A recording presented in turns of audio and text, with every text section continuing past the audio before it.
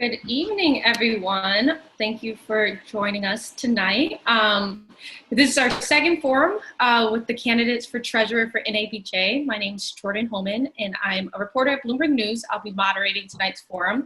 And first off, we all know that there is a lot taking place in the world with the pandemic and the civil unrest. So thank you so much for taking time out of your evening to join us for this important discussion.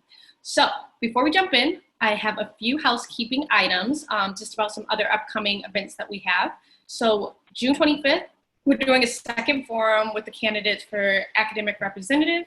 July 6th, that's the date you have to have your membership in place to be eligible to vote for any of these elections. July 13th through August 7th is the time period that the elections take place. And then on August 7th is when all of the winners are announced. So those are the housekeeping items. If you didn't get a chance to write them down, I will be saying them later. But now to introduce the candidates for treasurer. So first we have Ernest Owens, who is an award-winning journalist and CEO of Ernest Media Empire. His work has been featured in the New York Times, CNN, NPR, NBC News, BET, and more.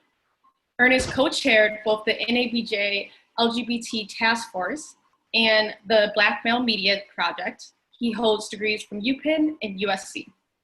Then we have Walter Smith-Randolph. He is a reporter and special projects contributor for WKRC local news in Cincinnati. He's co-chair of the Young Journalists Task Force and the Millennial Media Summit.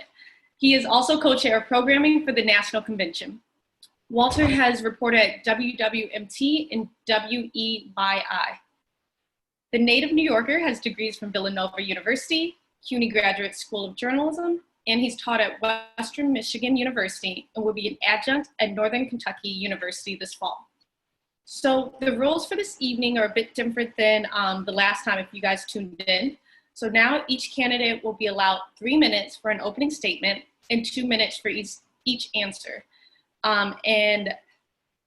So Melanie, our NABJ co-chair or election chair, will be here to just keep us on time this evening.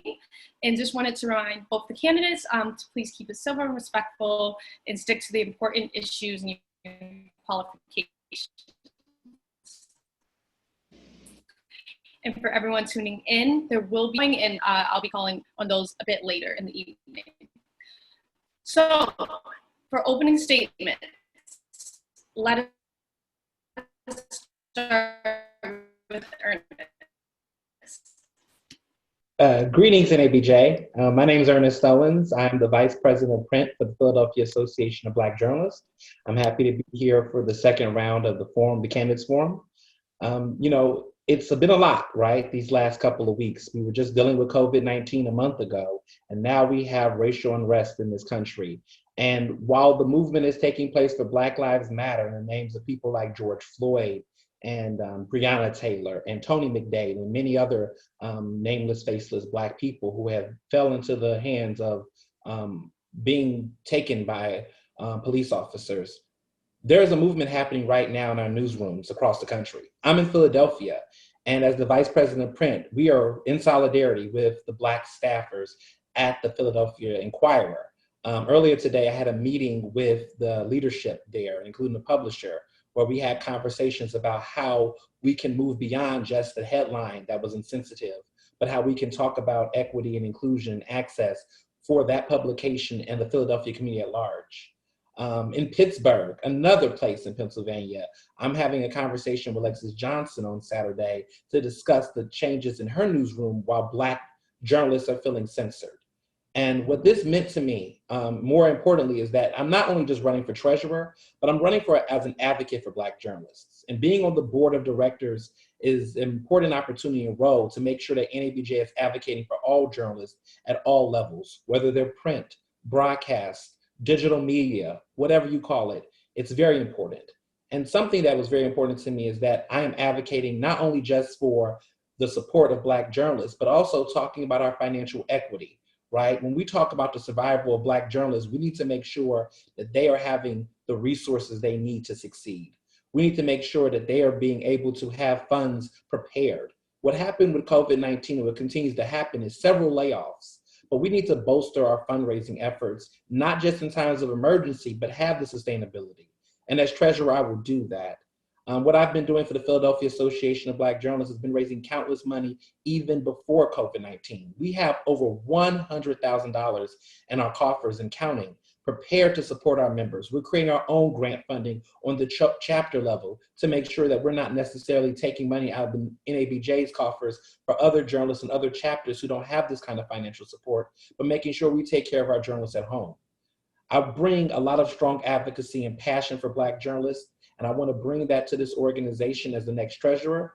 I'm prepared, I'm ready, I have the relevant experience necessary for this job, and I hope that I can secure your vote in the month, because this is a very important election. It can't just be about popularity. It's time for us to implement some real change with a leader who knows what they're doing. All right, thanks very much, Ernest. We lost Jordyn for a couple of minutes. She's signing back on. But in the meantime, Walter, your turn, opening statement.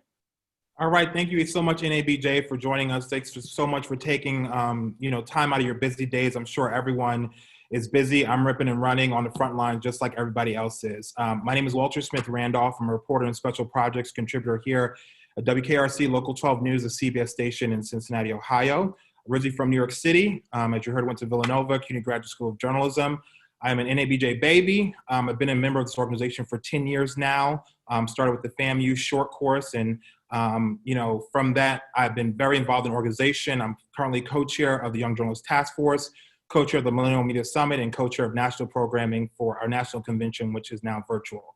So all of those experiences have prepared me to take my leadership to the next level in this great organization.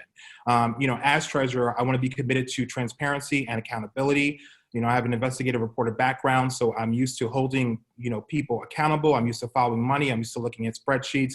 I'm used to making sure, money is being spent, where it's supposed to be. And I'm used to asking the tough questions. I think we also need to diversify our revenue streams. You look at a year like this where we have our national convention, which is going virtual, so we may not make the same amount of revenue that we've made in the past. So we need to make sure that we are having, smaller events around the country that are niche events. So things like the Millennial Media Summit, which I have helped produce for the past 4 years, the NABJ Basics Bootcamp, which happens in Region 3. We need to be having those events because we need to diversify our revenue streams, because we can't just, depend, 2/3 of our budget depends on the convention. So what happens in a year like this when we, are not allowed to have a national convention in person?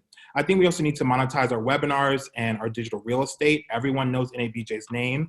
I think now is the time to make sure that we're doing that. Despite, the pandemic, despite what's going on in our country, we're still seeing that companies are investing.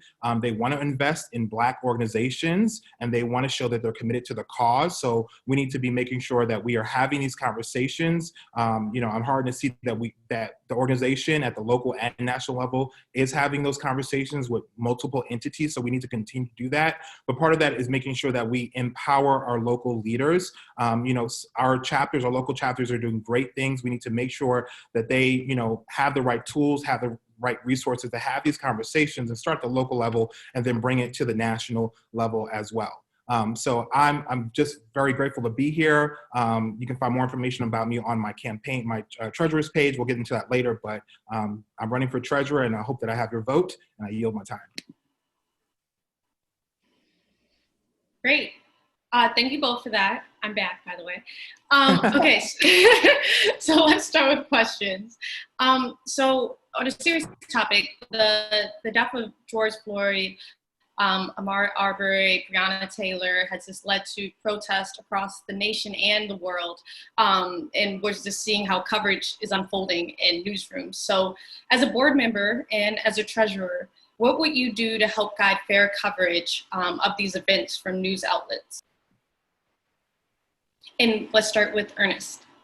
Thank you. Well, I'm doing that work right now in the Philadelphia Association of Black Journalists. I'm not just talking on platitudes, but actual experience that I'm doing right now. Right now, our newsrooms was hit immediately. We saw in Philadelphia, the Philadelphia Inquirer run that controversial headline, Buildings Matter. And it kind of course, was something that hit me the moment we saw it.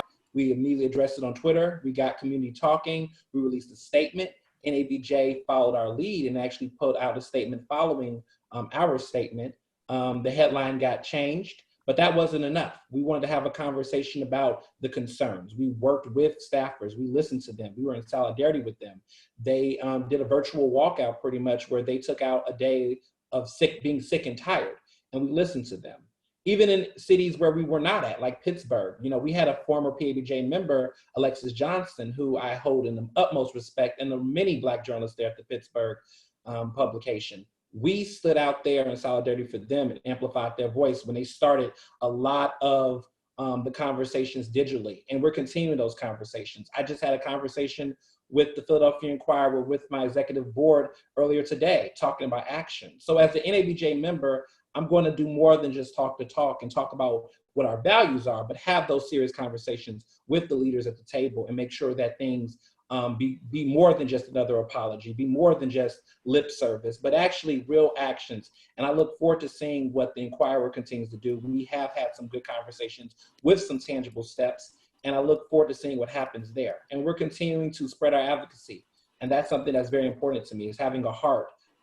Being a treasurer is about numbers and all that great stuff, but you also are a member on the board and executive role, and you will have to advocate and champion for journalists across the country. Thank you, Ernest. Walter? Right, so I think we need a multifaceted approach. So I'm one of the lead reporters here at my station working our nightside shift. So for the past week and a half, like many of you across the country, I've been out covering these protests, talking to people, seeing what's going on. I've had bottles thrown at me. I've been called names. I had a scuffle live on air with some folks. So I think that we need to have a multifaceted approach because one, we need to make sure that our journalists are being taken care of and taking care of themselves. So I'm vice president of the Greater Cincinnati chapter here. Last week, we had a Facebook Live with 6 mental health therapists where they were talking about, your mental health, taking care of yourself, and then also telling people, you need to get with your employee assistance plan to figure out how you can talk to a therapist and get your company paid for it. Tomorrow, my station, WKRC, is having professional development with our entire staff, doing exactly that, telling them how to access their EAP plan.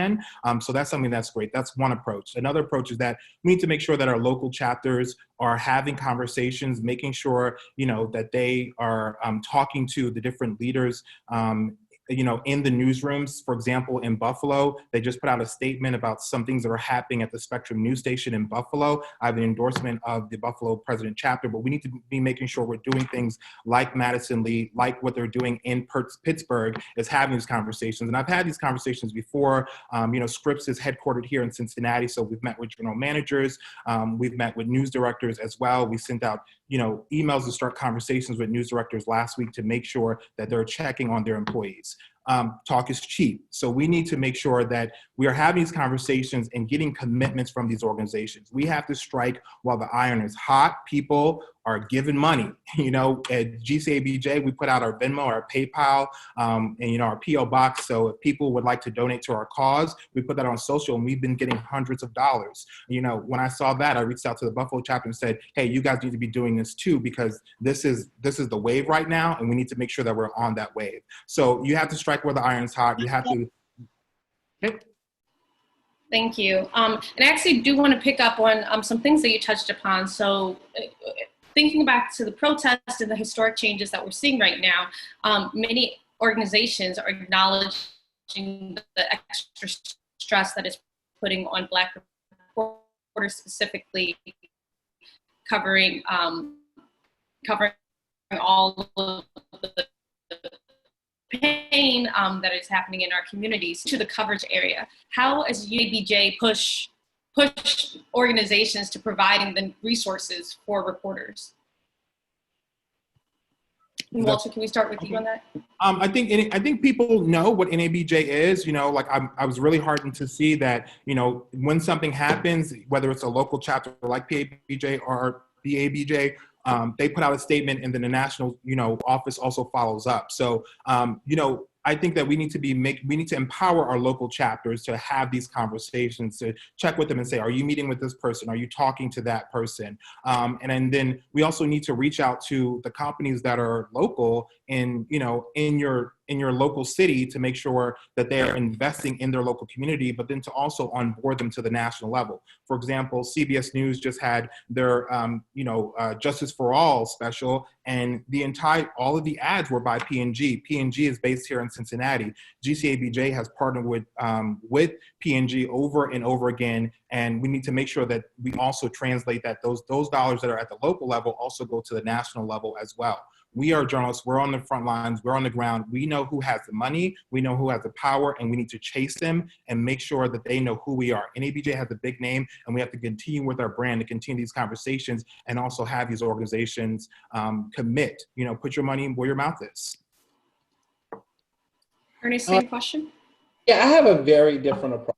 I think that our chapters are the backbone of this organization, and we should, as NABJ, look at the standard or protocol. If there is an incident that is happening in a local area that has a local chapter, we should really work to amplify the voice of the local chapter first. They are on the ground, they have relationships that are deeply rooted within their communities, and we should really empower them and embolden them through various ways, whether it's the amplification of our communications, whether it is providing finances and funds and whatnot to those chapters to help them. But we should be in a position where we should let those chapters have their strength, because I personally believe, even in a chapter like Philadelphia and Pittsburgh, that there is strong Black journalist support there. Those are historic chapters, and they deserve to have some level of autonomy and independence.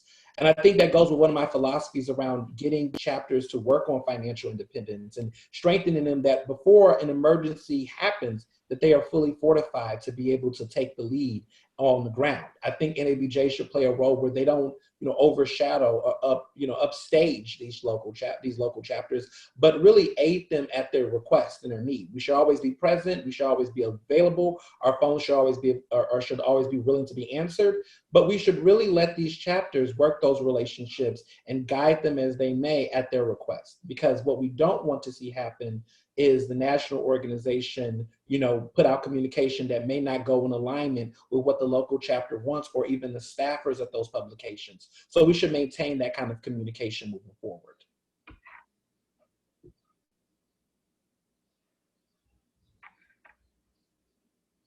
All right, I apologize. Looks like Jordyn was booted off. So let me ask the next question. Okay, now to the other major issue of 2020, the coronavirus. Some parts of the country are grappling with opening back up. Others are dealing with increasing numbers. As we look toward change, how do you envision NABJ preparing for opening back up and possibly looking ahead to having in-person events? And we will start with you, Walter. Well, I think we need to make sure that we are following, the health orders that are coming from, whatever area of the country we are, because, again, we're a national organization and people are all spread out. So we need to make sure that we're doing that. But I also think that this is now the time to capitalize on the web aspect of all of this. We have had so many Zooms, so many meetings that have been really good, and we need to continue that. We need to make sure that, these Zoom meetings are sponsored by different organizations, so that way we are making money on that as well. But I also think that we need to have a web aspect of our programming moving forward. Some people not everyone can get to our national convention. For some people it's too expensive.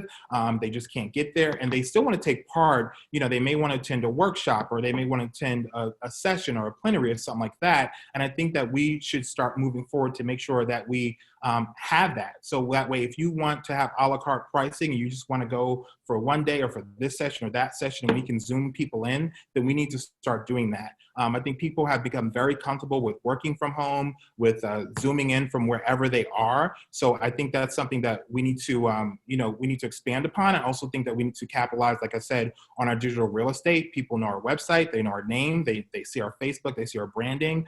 So we need to continue on that path. All right, thank you. And Ernest? Yes, so I think that, while I do agree that we should capitalize to a certain extent off our digital, I do want to be clear that NABJ is not for sale. And I think that one of the things that's very important is that while we go about getting this type of money or fundraising, we should be very mindful about the partnerships that we have and how much capitalization we want from certain partners. You know, the Huawei incident that happened last month is still something that is very alarming and concerning. And the lack of transparency and conversation around it from the national office still is something that I am, you know, not necessarily the most pleased with. But that makes me think about how we move forward in our digital platforms. Because, for example, right now, we still, 2 months before the convention, have yet to know what the price is going to be for members to take advantage of getting a registration for the convention. And so we really have to work with speeding up our process to make sure that members can actually afford and be able to access these opportunities, because so much is going on. And, you know, with our planning for this convention, there's still a lot of questions and not enough answers. And I think what has been interesting is that I have members in my chapter who's asking me, you know, when are we going to have this convention? It's 2 months away. Where is the information? Where's the systems in place to really put together this? There's not enough clarity and transparency on this technology and the partners and what's going on. And so as a member of the board moving forward, I would really work to speed up that process and really advocate for that clarity and transparency, because there's so many questions, and with so much ambiguity in a time of confusion with the COVID, with the racial unrest, we really as an organization have to tighten up our transparency as a board and in leadership, because there's members right now who still don't know how much the convention is going to cost. How can they register for it? And I just feel like there's so many people involved in the process. We have to do better. Pivoting to another element that COVID-19 has brought on us is, so last time at the forum, we discussed your steps on NABJ, on how they could financially withstand the hit that all news organizations are seeing right now because of the pandemic. And this week, it became official that the US economy is in a recession. So as NABJ moves forward to operate in the post-coronavirus era, in terms of events, in-person, virtual, what are your thoughts on how the organization will find the financial resources to pay for all of the events that it wants to put on? And Ernest, let's start with you. Absolutely. I think for starters, we have to be honest about, you know, where our members are at. You know, we cannot continue to charge people big boat tons of money for these events because we need those monies, right? We have to really look at our budget and also do a revision of our budget, right? But we also need to look at the kind of events that we're having and meet people where they are, and really look at how much things are costing and why. And to be honest about the fact that not only is this COVID-19 impacting our organization, but it's also specifically and disproportionately impacting the Black journalists that are working, right? We have a lot of freelancers who are going to have to figure out new ways to make revenue. A lot of Black press, a lot of Black publications specifically are getting hit hard by this. The print industry is getting hit hard by this. And so now is the time to really shift how we generate our revenue so that we don't depend on just large scale events. PABJ, I'm proud to announce, is an organization that reverted and did a 180 in 2 years. We went from 60% of our revenue depending on large events to 60% of our money coming from grants and other charitable donations. We have raised over $5,000 in the past 3 weeks, fundraising aggressively to make sure that we had money to support our chapter, but also to make sure that we can supplement potential people interested in going to this convention. So it's a combination of local advocacy and fundraising on the ground, but also the national organization recognizing the variety and the different experiences of journalists, because we're talking a lot about broadcast. And while I do have respect for my broadcast journalists, we gotta understand that this media outlet is changing, and there's a lot of different journalists who don't have the stations that can pay for their conventions. They don't have, you know, the corporate sponsorships of these major newsrooms. And so we have to think about them and consider them in this conversation as well.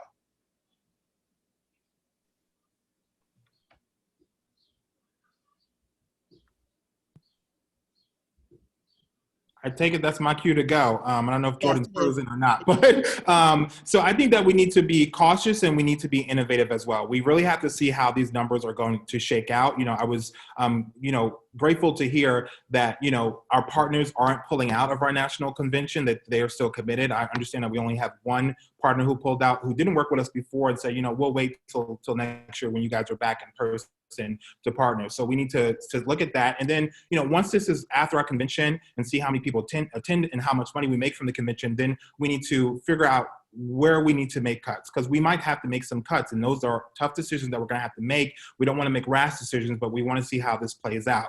I think we also need to be innovative. Here in Cincinnati, last month we had a happy hour on a Friday night for 2 hours. We had a DJ. We paid him $100. He went on Facebook Live, Instagram Live, and we were able to raise $1,000 just in 2 hours. And we took that money and we gave it to our members who work at the Cincinnati Enquirer.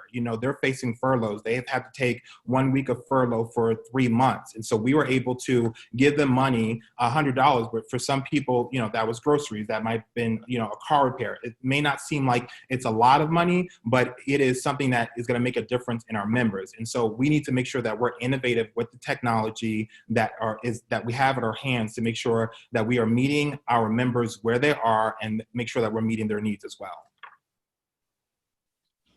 All right, thank you. So Jordyn is having some internet issues tonight. I'm going to ask the next question.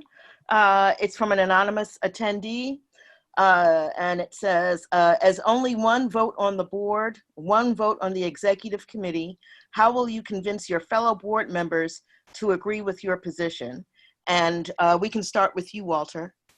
Well, I think that when you're on the board, you're one vote, but you need to make sure you're having, conversations with everybody, that you're considering all different options, that if you have an idea, you tell your fellow board members and you talk to them, you get their feedback. And if they have great ideas, you incorporate that, those ideas as well. That's something that we do, here in Cincinnati. We say, okay, this is an idea we have. What does everybody think? How should we, expand upon this? What can we change? And then, you get agreement and then you move forward. I've worked in 4 different newsrooms. We know that newsrooms are filled with all different types of people, all different types of opinions, but I've been able to have conversations with people, been able to talk to people, and been able to work with all different types of people. And I think you need to have those interpersonal skills to make sure, when you're on the board, you're talking to everyone and you're hearing members as well, that you're making the phone calls, that you're on the ground, grassroots, listening to people. So, I just will use my experience in the past. Your network is your net worth. That's what I like to say. And so you have to make sure that you're using your network to talk to people, to, crowdsource ideas, and then to work with people who may be sitting across the table from you. You have to play well with others, and that's something that I've been doing and I will continue to do. All right, thanks very much. Ernest? Yes, thank you. I think one thing that I love about being on the executive board for the Philadelphia Association of Black Journalists is that we have a diversity of opinions from age groups, demographics, experiences. And one of the things that we love about having our debates is that at the end of the day, we come to the table divorced of our own personal interests and private interests, but a passion and care for about the members. And so we all have different opinions about what it means to serve our members. And honestly, the conversation really boils down to who's going to make the bigger impact, what is going to be of substance that will impact us greatly. And, there are conversations that we table. There are some conversations that we'll wait to see what happens next, but there are some where you might want to have to, kind of assert a level of urgency on a decision. And one of the things that I've learned in the process is that, being on a board is that, you win some, you lose some. But at the end of the day, what you want to maintain is the ethics. What you want to maintain is the legality. What you want to maintain is our 501c3 status. And as long as those things are intact, then, I'm okay with fair decisions and disagreements. And I think that's a part of the process. And I look forward to being on this board to disagree respectfully, to agree, and to create change and impact, and also learn a couple of different things from people. That's the kind of leadership that I have currently on PABJ's board, and that's the kind of leadership that I look forward to when I serve as the next treasurer for this organization. All right, thank you very much. Next question. Let's see, this comes from NABJ Treasurer Greg Morrison. Will both of you explain how advocacy translates into shoring up NABJ's finances? And we will start with you, Ernest. Absolutely. Thank you for the question, Greg. For me, advocacy is showing people the value of this organization. So when I go out and I champion for the Philadelphia Association of Black Journalists, not only am I showing them what we do, right? Our mission is to advocate for Black journalists. That's what we're here for. That's why I'm here. That's why I'm running for this board, is because it's about really advocating for Black journalists. But how that turns into other efforts to steer us in is that we show that value. We tell people, if you love the work that we're doing, the commitment we're doing, you have to put your money where your mouth is to a certain degree. You have to fuel the movement, right? Black Lives Matter is a nonprofit, right? They get funding to continue the efforts that they do. The NAACP gets funding to do the efforts that we do. And all of us cannot do this without that kind of funding. So we have to, advocacy is at the forefront of everything that we should be doing. And there's ways to advocate fiscally, advocate legislatively, advocate socially, and all of those facets is what makes this organization great. And so that's what I've done with PABJ. I have advocated for the organization in more ways than just one, right? We get on Twitter, we do hashtags, but we also have meetings at the board with stakeholders. We also have conversations with our community at large to fundraise. You know, we initiated, GoFundMe. We did, Venmo and PayPal and Cash App, and we raised over $5,000 starting last week. We didn't wait till this week. We started before then to generate interest and buzz and using our social influencers. Everybody has a role to play. And I believe that real advocates for fiscal change in this treasury position is tapping into all types of members, young and senior, at all levels, broadcast, print, freelance, to get people excited about this organization, know its value, and raise that money. All right, thanks very much. And Walter? Okay, so when we're advocating and we're having these meetings and we're talking to people, we gotta have to call them to the carpet. It's fine and dandy to make statements and to put out mission statements and put something on your social media feed, but we need to be following up with these places and say, what are you actually doing? What type of programming do you have? Where can NABJ come in and help? Here in GCABJ, we have partnered with different organizations to, P&G has given us money so that way we can give away scholarships, but we also have, you can also get the in-kind donations too that can help with our programming. For example, Macy's had a regional headquarters here. They're shutting it down, but they did. And we were able to use Macy's part of the Black Male Media Project. We were giving away free haircuts and we were giving away ties and we were teaching people how to tie ties. And then I was very happy to see in Charlotte at the Black Male Media Project, they were also giving away ties. So you get those ideas from those smaller, from our local chapters, and you bring it to the national level. So if Macy's is helping out in Cincinnati and they're helping out in Charlotte, then the national office needs to be following up and say, okay, that's great. You work with our local chapters. What can you be doing at the national level? So we have to be the watchdog. We have to go back to these organizations 6 months, maybe 3 months, 6 months, a year later, and say, you had that statement. What difference have you made? How can we partner with you? Do you want to come to the Millennial Media Summit? Is that a place that, you want to spend your dollars? You want to, help out with the NABJ Basics Bootcamp? We can come up with creative and innovative programming, which is what I've done for the past few years to make sure that we are working with these organizations that are saying that they're committed to the cause. Okay, well, we got to see where the dollars are too. I agree. All right. Well, thank you both very much. Another question for both of you. We're seeing a lot of change in America. Some people, some organizations are not going quietly, are not changing quietly. Ernest, you talked about your meeting with some folks at the Inquirer. What are some ideas that both of you have about how to engage news organizations / corporate America to ensure that we can get more Black representation at the top, and not just Black representation, but people who are going to have support, not just thrown there at the top with no one to make sure they succeed, but have real support. And we can start with you, Walter. We need to be checking on our members. For example, one of our members, Simone Sebastian, who I went to graduate school with, she is an editor at the Washington Post. And, she put out a long Facebook post about some of what she was going through. And so I had another classmate reach out and say, what can we do to help Simone? And so they reached out to Dorothy Gilliam to, give her a call and see how she's doing. So we need to be doing that to make sure that we are, checking on our members, but we also need to make sure that the national organization is following up with some of these companies to see, again, like I said before, what exactly are they doing? Are they creating programming? Are they creating, these pipelines?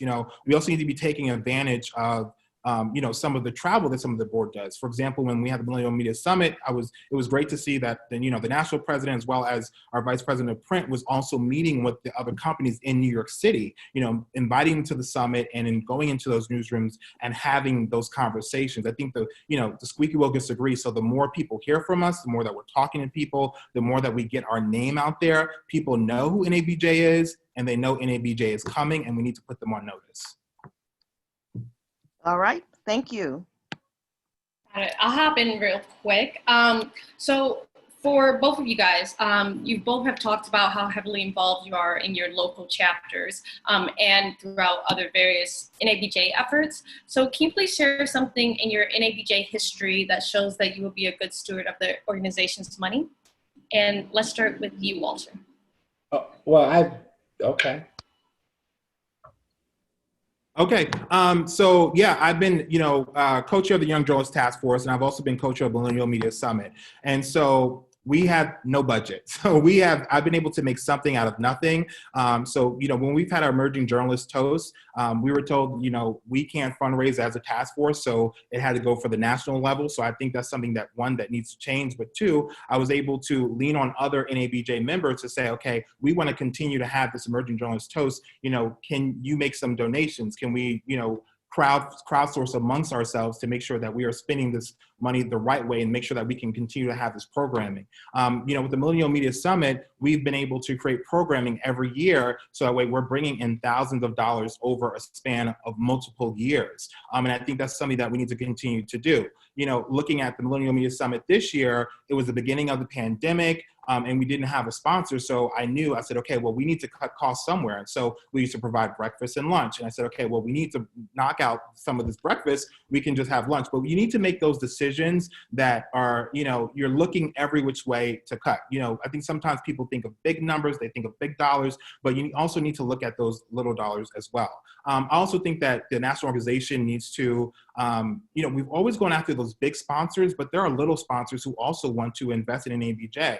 I was working with an organization that, they didn't have the big money like CBS and ESPN and NBC News, but they still wanted to partner, and the national organization turned them down. And, I was disappointed to see that, but we need to revisit that and say, okay, well, if this smaller organization, maybe they can't get $40,000, but they can get $5,000. Okay, where can we have them play a role? It may not be our national convention, but it could be, it could be a local chapter meeting. It could be the Millennial Media Summit. It could be the Basics Boot Camp. It could be, the LA chapter summit that they had. So we need to be looking at all revenue sources, because moving forward, some of these companies may not want to be spending big dollars because of everything that's happening. So we need to make sure that we are diversifying our revenue streams, and that we are, again, making the cuts that need to be made and making those tough decisions. Can I get the answer to the question, Emily? Yes, you can. I was just about to go to you. Go ahead, Ernest. So my biggest historic moment that I can recall was last year, when I first got elected to be vice president for PABJ. And it started with a conversation that I had with the Linfest Institute, which is a big, huge national organization that's based in Philadelphia. They are the nonprofit that is now owning the Philadelphia Inquirer. And we had a tough conversation about investment, and I negotiated 2 deals with them. One was a $15,000 deal that got us our very own headquarters. So PABJ doesn't, work within a newsroom. We have our own co-working space at Pipeline. The national president, the executive director, many of NABJ members, including one of our founders, has been to that facility and have seen it, and it's a beautiful place. And I advocated for that, for us to have our own home, as a way to be independent from being necessarily into multiple newsrooms at a time. And that really set the standard for how many chapters can see themselves and see how far they can go. And from there, we end up raising revenue. I was able to negotiate a $50,000 deal as well last year to be able to get us the kind of financial capacity to have a part-time staffer. And so, for me, one of my biggest examples of being a fiscal steward is that I'm very mindful and intentional about the way that we raise money for my chapter, but also thinking about how I can apply that level of vetting as the next treasurer. Because, again, when I think about the Huawei deal, when I think about the ambiguity around the convention, you need a treasurer that's going to be present and visible and answer those questions and provide the updates and clarity. Because I do think that oftentimes members find out things at the last minute, or they find out things abruptly. And I think that as a communications major and as someone who's getting my master's in communication management, one of the most important things that I want to be able to do on the board is to emphasize the importance of strong communication from the board level, not just the staff level, not just from the executive director level, but also the board level. Thank you. Thank you. And anyone listening can drop the questions in the Q&A chat if you are so inclined. So both of you have talked about cutting expenses. So if elected, is there one event or an expense that you believe can be scaled back or cut completely? And Ernest, we can start with you. Awesome. One of the things that I think we should really look at and consider is regionals. I think that regionals, I don't necessarily know if they can be scaled back, but I think that we should think about how we plan them and how we support them. And I think that there's a lot of work that those individual chapters do. And I think that we should really work to provide that support for them and help them, because too often we see a lot of organizations that, work towards hurting them and not supporting them as much and not being as transparent. So I'm very open to those conversations as well. Also, too, the young journalist event, I think, needs to get some more financial support and understanding. We have to look at our events and see how much money they've raised over time and making sure that it is supported. Because I think a lot of times we have these events, we mean for them to do well, but we have to see what the profit they're bringing to it. So I think I would look at the events that we have and see how much profit they're bringing, and then move forward off of that. Walter?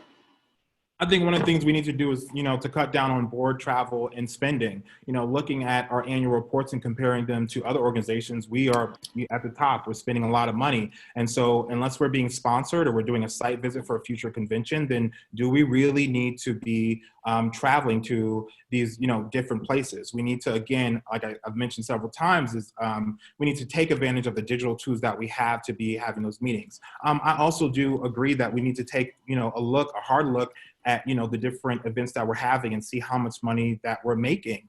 See if we can break even to provide the programming that we need to provide, or to make sure that we are making money. If there's something that is sucking money out of the organization, then that's something that maybe we don't need to have. So you have to take a hard look at that. Again, I don't want to make a rash decision now and say this needs to be cut, that needs to be cut, because we really need to see how this all shakes out. Again, our sponsors are still committed to giving the money organization and to partnering with us. So once this all shakes out, we're going to have to sit down, we're going to have to look at and see where we can make those cuts and expenses. One of the other ideas I had was about advertising, looking at our advertising revenue. In our annual report, I believe we made $4,000 in advertising revenue in 2017, and in O&A, they made $44,000. What is O&A doing, that they're making more money in advertising than we are? So we need to be looking at what other organizations are doing, and then maybe we can mimic that, or maybe we can expand upon that and bring it into NABJ as well. Great, thank you both. And we have a question from Kathy Cheney. So what areas have we not been putting enough financial resources in, and how would you address that? Ernest, let's go to you. Yes, absolutely. I think that one of the things that's important is that we need to invest money in groups that are trying to produce programming, right? People who have profitable ideas and events and models that need to be supported. And one of the things that's important is the task forces. They're coming up with generating ideas and events that's supposed to be supportive. And that is one thing that I'm invested in personally. For example, in our chapter, we have a budget for the fundraising committee, for the scholarship committee, for our task forces to support them and making sure that they're able to, to have events, to have seed money, to come up with the inventions and creative ideas. And that's something that's really not being talked about at large. Task forces come up with these ideas. They want to do events. And even when I was the LGBTQ task force chair, I wasn't able to move forward and not be able to get sponsors on my own. But I think more task forces, outside of just the sports task force that does great work and the visual arts task force, but these smaller ones could use a little bit of seed money to come up with more viable ways to potentially make money for the chapter. For the national organization. I think that that's something that we, could do a lot better with. I wonder, what would it look like if we said, okay, you all get $1,500 to play with, to come up with a very strategic way to make money and to have a large event, maybe at the convention or at a regional level. I'm just thinking of different ways that task forces can be empowered, since a lot of the panels and ideas they come up with are there. Thank you. Walter? I think we need to create some type of program where our local chapters can lean on the national chapter. I don't think that as national we can just give out money, but we need to come up with some type of programming where if we have a chapter that's small, they're restarting, they're reviving, like Cincinnati 4 years ago, this chapter was dormant and we brought it back to life. Alexis Rogers and Sharice Gibson did. And, the local chapter should be able to lean on the national chapter. So that way, if you need to, have some seed money to put on some type of program. I think that's some of the financial resources. I really think that we need to have a robust job bank. I don't think we should, in the TV world, we go to tvjobs.com. It is such an antiquated website. They're making money off of people looking for jobs, but why can't we have that at NABJ? We need to also invest in our website. We've been talking for years about revamping our website. Now is the time. Again, people are sitting at their computers. We need to make sure that we are putting those RFPs out so that way we can revamp our website. We also need to invest in our different age groups. As a millennial, as someone who was, heading the Young Journalist Task Force, we had great ideas that were shot down very often. And so we need to make sure that we are empowering, our different task forces, our different age groups. I also like to see some financial resources and better programming. Sometimes people go to conventions and they're saying we're seeing the same workshops over and over again when, it's, how to do a live shot, how to do food writing. Well, some of our, more seasoned members want some of that programming. I've been able to go to the Investigative Reporters Conference. I'm a trainer with the Ida B. Wells Society, and I see the type of programming that they're putting on. And so we need to, put our resources, our financial resources into that type of programming so that way we have our members who will continue to be engaged. You shouldn't go to NABJ to the convention and after year 5 be tapped out. You should be going because you have, really good programming. I see such a vast difference between what IRE is doing, which I'm a member of, and what NABJ is doing. And we should be taking that money and making sure that we are investing it in all of our members. Got it. And we have a question from Denise Clay. So the question is, should you become the next treasurer, what would you do regarding the convention? With layoffs and cuts to professional development, getting to the convention is tough. So what will you suggest to make things more financially fair for others? Walter, let's start with you. I think that we can look at, tiered pricing. If you are unemployed, we can have a different pricing, than we have for people who are full-time employed if you're part-time. So I think some tiered pricing would work. Again, I also mentioned earlier in this forum talking about, making sure that we are taking care of, that we are using our digital tools. Like I said before, a la carte pricing maybe for a convention. So if you can't come to the entire convention or you just want to go to, a workshop on Wednesday and this workshop on Thursday, can you just pay for that session? Can we, have more virtual programming so that way people can still participate?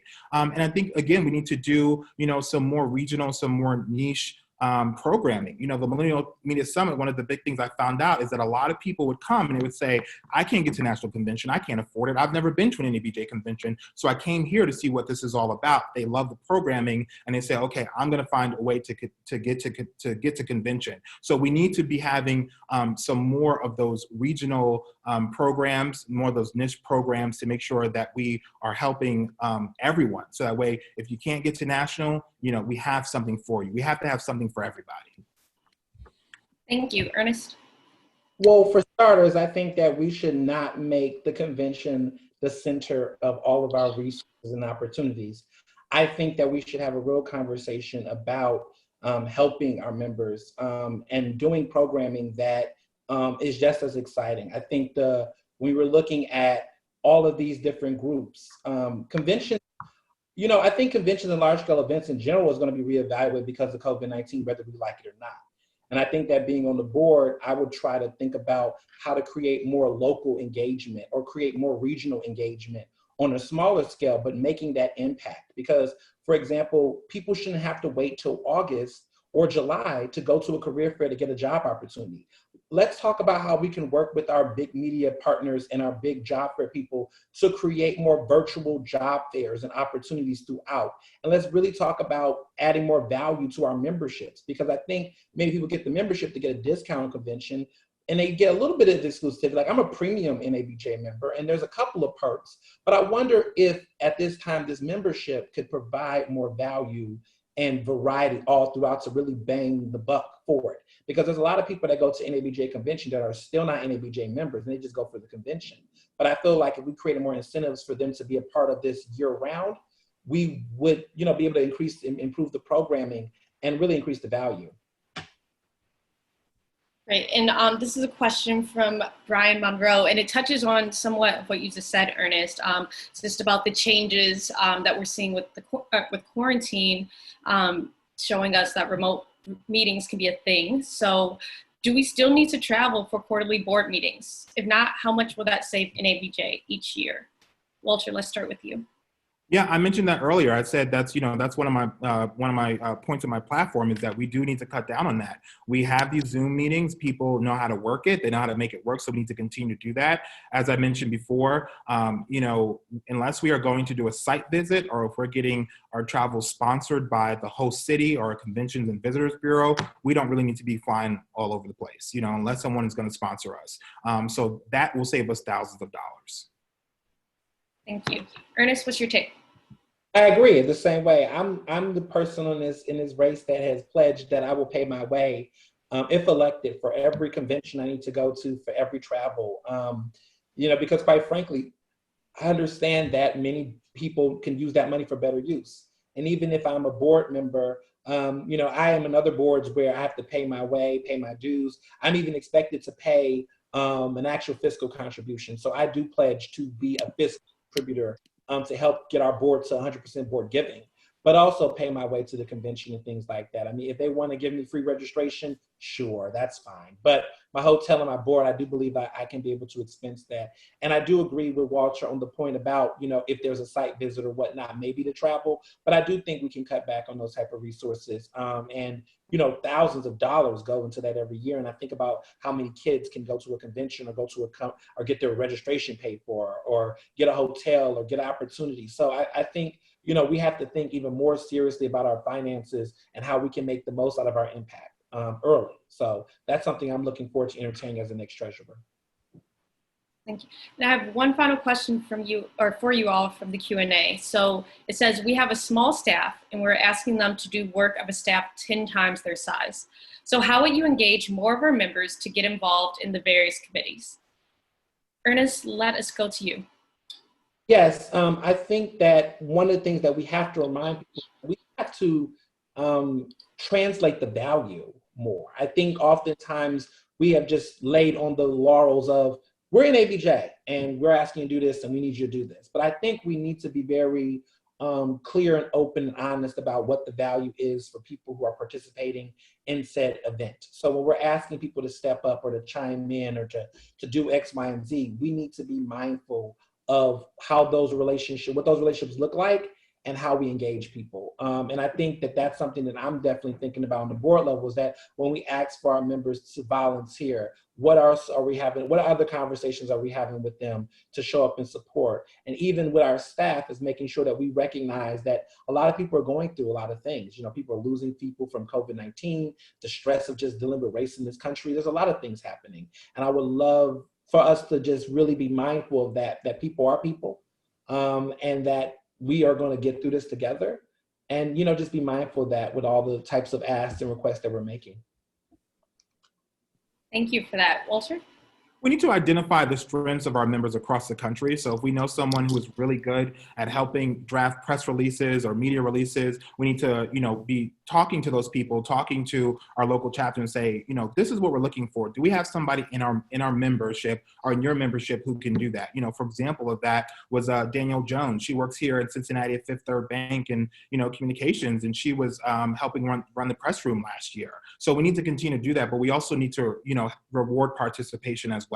If you are participating in NABJ, if you're giving your time, then, maybe we can, help comp someone's registration or something like that. Because so much people are giving their time, and, their time translates to money as well. So we need to make sure that we're, showing people the value, make sure that we are rewarding participation, and we are identifying the strengths of our members, because we have so many different members who work in different aspects. So, if we have something that's going on in media related, we need to talk to the media related task force and see, do you have someone who can help us, who is willing to, give some of their time to, really put out NABJ's mission? Great. I really like that question. So thank you to the person who sent it over.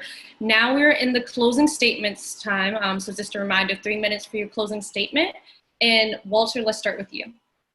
Yeah, NABJ, thanks again so much for taking time out of your day to come and listen to this forum. Again, Walter Smith-Randolph here. I'm Vice President of the Greater Cincinnati Chapter, co-chaired several different committees. I'm super involved in NABJ, and the reason why is because I really love this organization. I really don't know where I would be in my career without NABJ. There was a question on Facebook the other day that said, tell us about, how you got your foot in the door. And I said, because I went to the FAMU short course and I met somebody there, and I realized that they had worked part-time at this TV station. They called the news director. I got the interview and I got the job. So we have those NABJ connections, and it's through those NABJ connections I've been able to, do what I love, which is reporting, doing investigative reporting.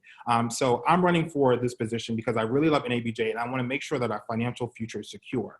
I've been a member long enough to remember 5-6 years ago when we were, running deficits. We were in the red. The Huffington Post was writing articles saying, is NABJ going to exist? We can never go back there. That should not be happening. We have a brand, we have name recognition, so we need to make sure that we are operating in the black, to make sure that we are making the right decisions, that make sure that we are making the tough decisions. And we have done a lot of the same thing over and over again. If it works, that's great, but we also need to innovate, especially in a time when we are fighting, COVID-19 and everyone is doing everything online. So again, I'm running for NABJ because I love this organization. I want to secure it for our next generation and for the journalists that are going to come behind us. Thank you. Ernest? Thank you. Thank you, NABJ, for having me tonight to talk for this final round of forums. It was a great conversation. I think that now more than ever, we're having a conversation about what's now. I think it's great that people have been in the organization for a long time and have been an NABJ baby. And I think all those things are great. But I think what the current movement looks like, the new movement looks like for NABJ and for our members is that they want a board that's a little bit more engaging. They need a board that is going to really advocate and really think about new ways and new approaches. And I have the relevant experience and the current experience that shows that I have the kind of aggressive fundraising, the aggressive ability to advocate and fight for journalists of all backgrounds and levels of their career, the sensitivity to the important issues and the awareness, the ability to work with different people across the aisle to get things done, and also the imagination and creativity to be able to think bigger than where we currently are and be able to have those uncomfortable conversations with leaders in the print world and also beyond. And that is something that I'm going to bring to the table as the next treasurer. I have a background in finances. I have a background in being in board positions where I had to make decisions. We're all investigative journalists. We all know how to read the numbers. I've done that work too. I've talked to politicians. I've looked at city budgets. I was just talking about the police budget last week. But that's not the same as being in a position of a treasurer. And when you're in a treasurer position, you have to make decisions that's not just about someone else's budget, but the budget of your own organization with people that you know. And that requires you making some tough decisions that may not make everyone happy, but is necessary to make the organization move forward. And I believe that I have the discipline, the experience, and the current relevance necessary to really push this organization next direction. So I really hope on your vote. This isn't a popularity contest. This is a relevant contest. And I hope that people make the right decision in July when voting for me for treasurer. Thank you. And before we go, let us just remember the important dates so we can make sure we all vote. So July 6th, you must have your membership in place to be eligible to vote. July 13th through August 7th is when voting actually happens as electronic voting. And then winners will be announced August 7th. This was the last forum for the treasurer's race, but there's another forum June 25th with candidates from the academic representative. And thank you all so much for joining us. And thank you to the candidates, Ernest and Walter, for just sharing your perspective. Thank you. Great, everyone have a good evening.